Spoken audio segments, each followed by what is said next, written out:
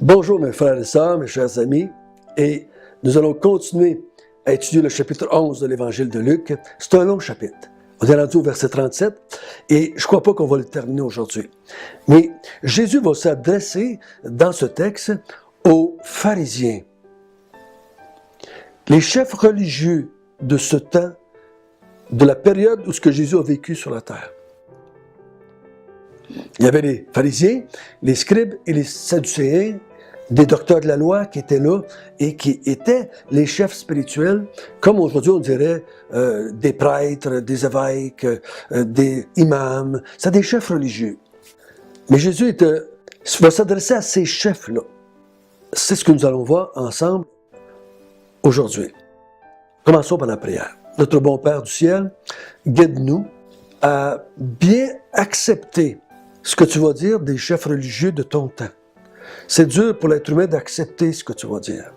C'est dur pour les gens qui sont religieux d'accepter ce que tu vas dire. Les gens religieux comme les pharisiens ou les scribes, les docteurs de la loi, se croient de bonnes personnes. Et ils croient être dans la vérité. Mais tu vas leur dire qu'ils sont dans l'erreur. Oh Seigneur, pendant que nous lisons cela, aide-nous à bien comprendre ce qu'il est en train de dire à tous ces religieux de ce monde et qu'on puisse agir en conséquence de ton enseignement. Au nom de Jésus, Amen. Donc on est dans Luc, et Luc est en train de parler à Théophile, puis dans cette partie de l'Évangile, il démontre à quel point Israël est tordu, spirituellement parlant. Il parle de génération méchante, pervers, aveugle, cœur dur. On a vu toutes sortes d'expressions que Luc emploie pour démontrer que le peuple d'Israël n'a pas voulu croire en Jésus. On a vu ça. Il dit, tu vas être condamné parce qu'il y a ici plus que Jonas et Salomon.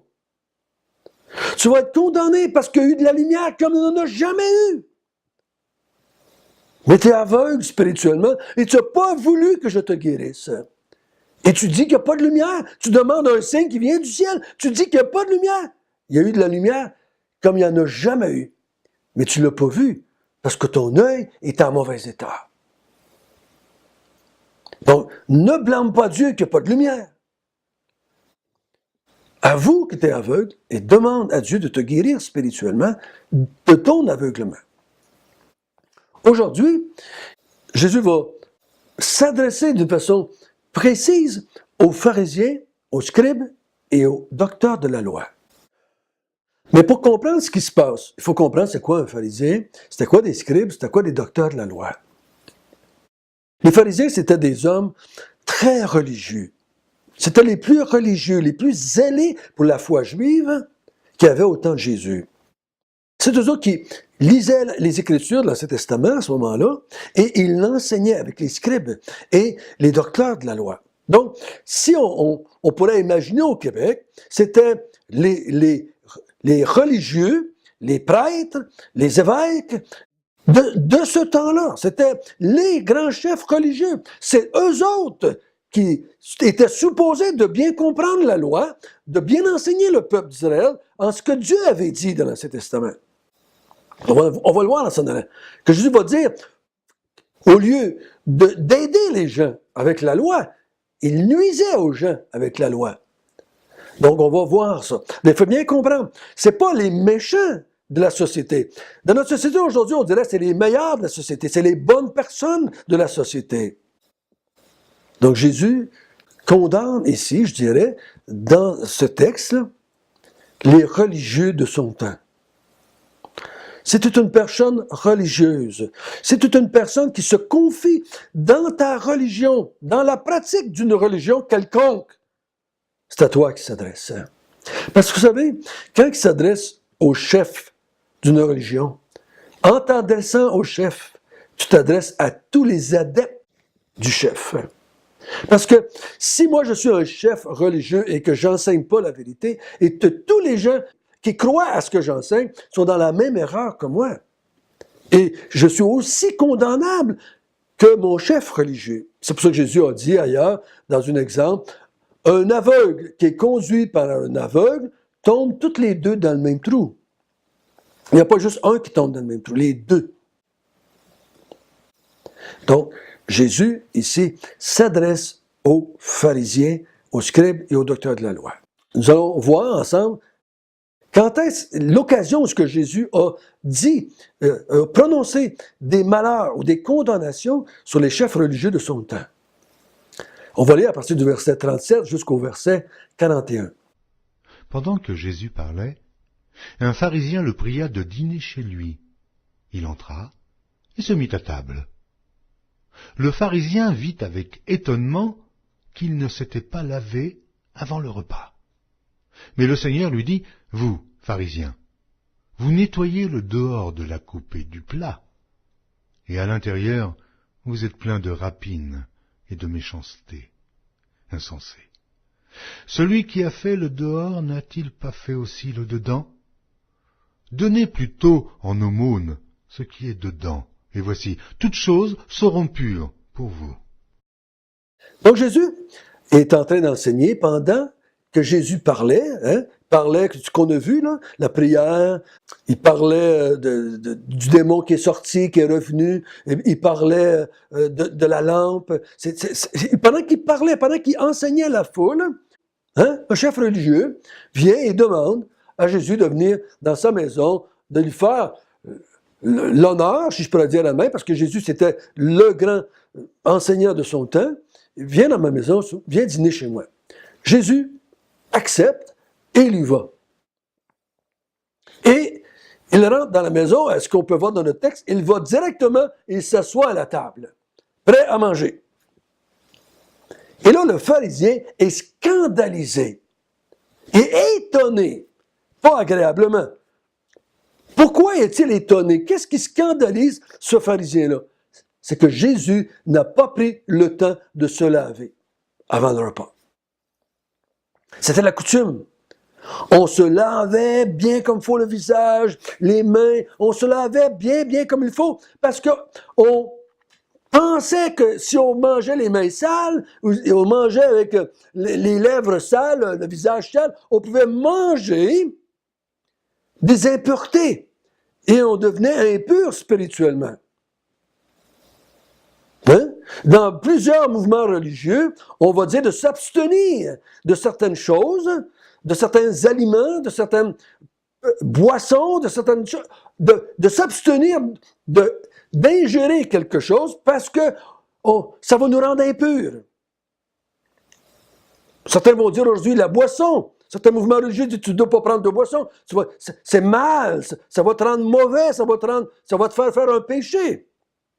Tu ne dois pas prendre de drogue, c'est un péché. On croit dans beaucoup de mouvements religieux que si on mange ou on boit quelque chose, ça va nous rendre impurs.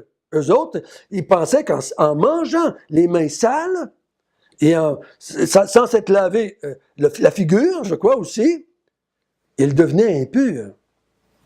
C'était pas juste une règle de politesse ici. Pour le pharisien, c'était une règle religieuse. Il était scandalisé parce que Jésus ne suivait pas la tradition des Juifs à ce moment-là. Au verset 39, Jésus dit, « Mais le Seigneur lui dit, « Vous, pharisiens, Là, c'était un pharisien. Là, il dit « vous, pharisiens ». Est-ce qu'il y avait d'autres pharisiens qui s'étaient joints? Probablement. Mais il dit « vous, pharisiens ». Ou ben non, à travers ce pharisien-là, il englobe tous les pharisiens qui avaient la même croyance, la même pensée. Il dit « vous, pharisiens, vous êtes très préoccupés à nettoyer le dehors de la coupe et du plat, l'extérieur. Vous faites bien attention de qu'est-ce que vous allez manger, comment vous allez manger, si vos mains sont bien lavées, si la coupe est bien pure, qu'elle a été bien nettoyée, et vous faites beaucoup d'importance sur l'extérieur du plat et de la coupe et de la personne. Mes amis, c'est ça que les religieux font. Les religieux mettent beaucoup d'emphase sur l'extérieur. Ce que tu dois faire, ce que tu ne dois pas faire, ce que tu dois regarder, ce que tu ne dois pas regarder, ce que tu dois manger, ce que tu ne dois pas manger, comment tu dois t'habiller, comment tu ne dois pas t'habiller, où ce que tu peux aller, où ce que tu ne peux pas aller. On met beaucoup d'importance sur l'extérieur de la personne.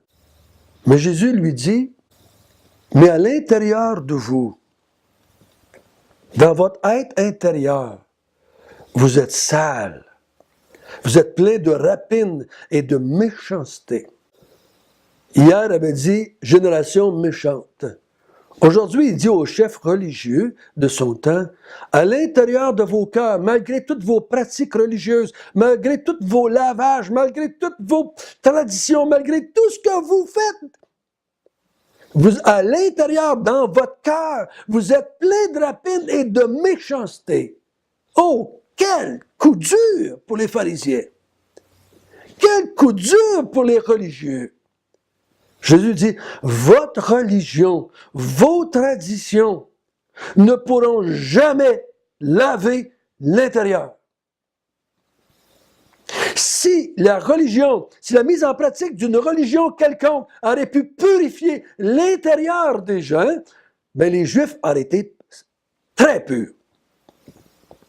Parce que leur religion, en grande partie, venait de Dieu, de l'Ancien Testament, et les autres avaient rajouté un paquet de traditions. La religion, même la loi de l'Ancien Testament, n'a jamais été donnée pour rendre les gens purs.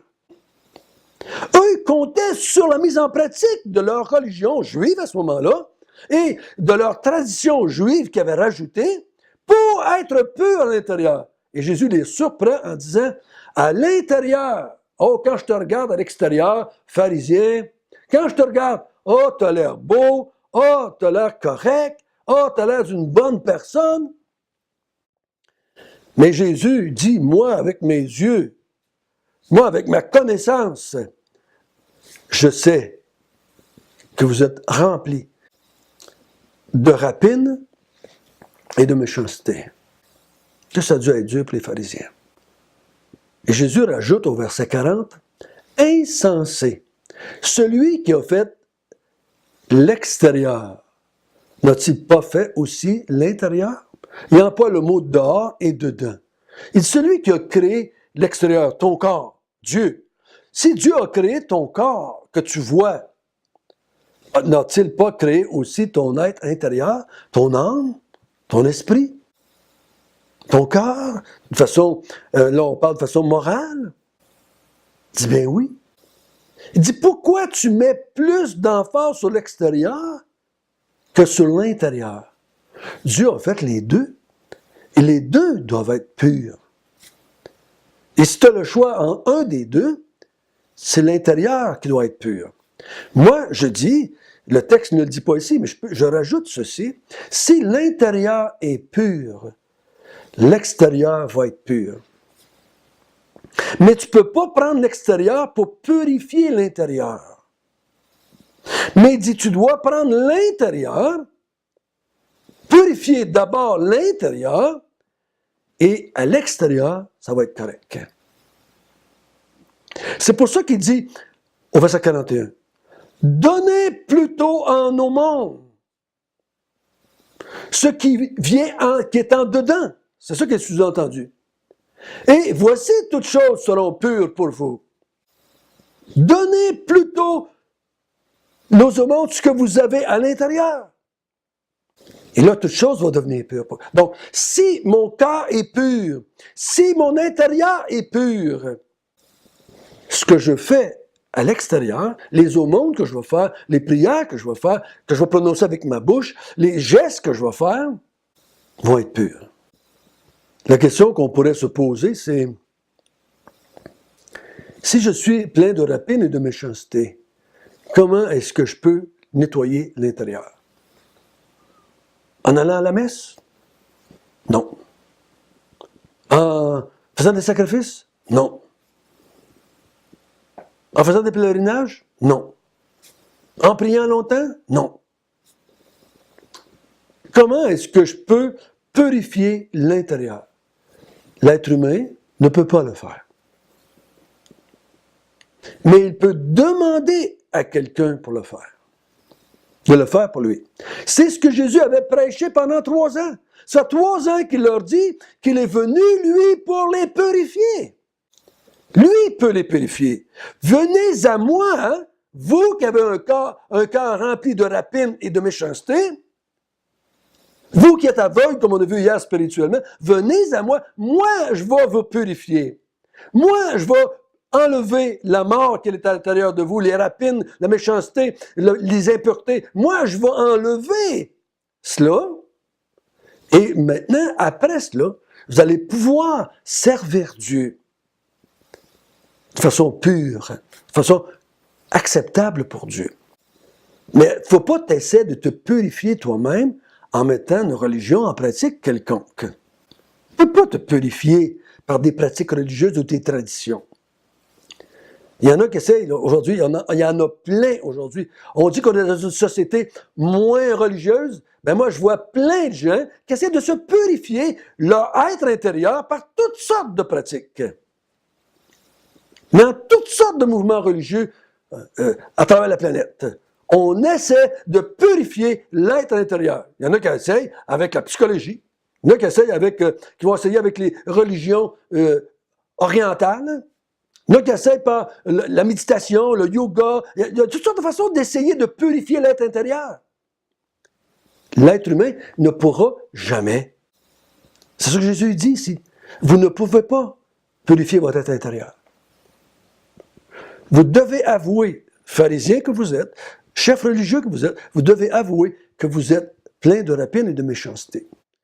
Il y a plein de gens qui ne veulent pas admettre ça. Ils ne sont pas capables, ils ne veulent pas. Pour eux autres, c'est impensable de dire qu'ils sont pleins de rapine et de méchanceté. Jésus dit, n'aie pas peur de le dire. Viens à moi, je vais te purifier. Je suis venu, moi, pour te purifier, pour te rendre pur. Comment va-t-il faire cela? En mourant sur la croix? En ressuscitant des morts? C'est comme ça qu'il va réussir à nous purifier. On va le voir en s'en allant dans l'évangile de Luc. On va le voir plus loin. On va l'expliquer plus. Mais pour aujourd'hui, l'important, ce que Jésus est en train de dire ici aux pharisiens, c'est moi qui peux purifier. Vos religions ne peuvent pas vous purifier. Et vu que vous ne voulez pas venir à moi, vu que vous ne voulez pas que je vous enseigne, vu que vous ne voulez pas d'être mes disciples, je ne pourrai pas vous purifier dans votre être intérieur. Et on va voir demain qu'il va commencer au verset 42 à dire les malheurs. Et il semble y avoir 7 malheurs, si j'ai bien compté. Il va déclarer des malheurs ou des condamnations sur ces pharisiens, sur ces gens religieux, parce qu'ils ne veulent pas venir à Jésus pour être purifiés. Ils veulent se purifier eux-mêmes par leur pratique de la loi. Mais attention, Jésus n'est pas en train d'inviter les gens ici à venir à lui pour demander à Jésus de les aider à se purifier. C'est pas là, il n'y a pas un mariage ici là, entre tes efforts pour te purifier et Jésus. C'est pas dire, Jésus, viens m'aider. À nos deux, on va être capable de me purifier. C'est pas un aide, là. C'est pas comme prier un saint, là. C'est pas pour demander à un prophète ou un gourou, là. Viens m'aider à me purifier. Non, il faut t'avouer que tu n'es pas capable de te purifier. Et il y a juste une personne à l'action pour te purifier, c'est Jésus, c'est pas toi. Toi, tu avoues être impur et tu demandes à Jésus de te purifier. Il faut faire attention, parce qu'il y en a qui prennent Jésus comme un aide pour se purifier. Jésus ne dit pas, c'est pas ça. Moi, je peux te purifier. Moi seul peux te purifier. Donc, si tu n'as jamais fait ça, fais-le, mon ami. On ne vient pas à Jésus pour avoir de l'aide. On vient à Jésus pour être purifié. Pas purifier l'extérieur, purifier l'intérieur. Si ta religion, ta pratique religieuse ou ta foi ne guérit pas l'intérieur, ne soigne pas l'intérieur, ne purifie pas l'intérieur, ta religion est zéro. Elle ne vaut pas 5 cents, peu importe laquelle tu pratiques. Notre bon Père du ciel, aide les gens à voir qu'ils sont pleins de rapine et de méchanceté. Donne-nous la grâce d'avouer devant toi, pas devant les hommes, mais devant toi, qu'ils sont pleins de rapine et de méchanceté. Qu'ils puissent être là à avouer qu'ils ont pratiqué une religion pour se purifier. et aide-leur par cet enseignement à voir qu'ils doivent venir à Jésus pour être purifiés. Lui seul peut purifier. Au nom de Jésus, nous te prions. Amen.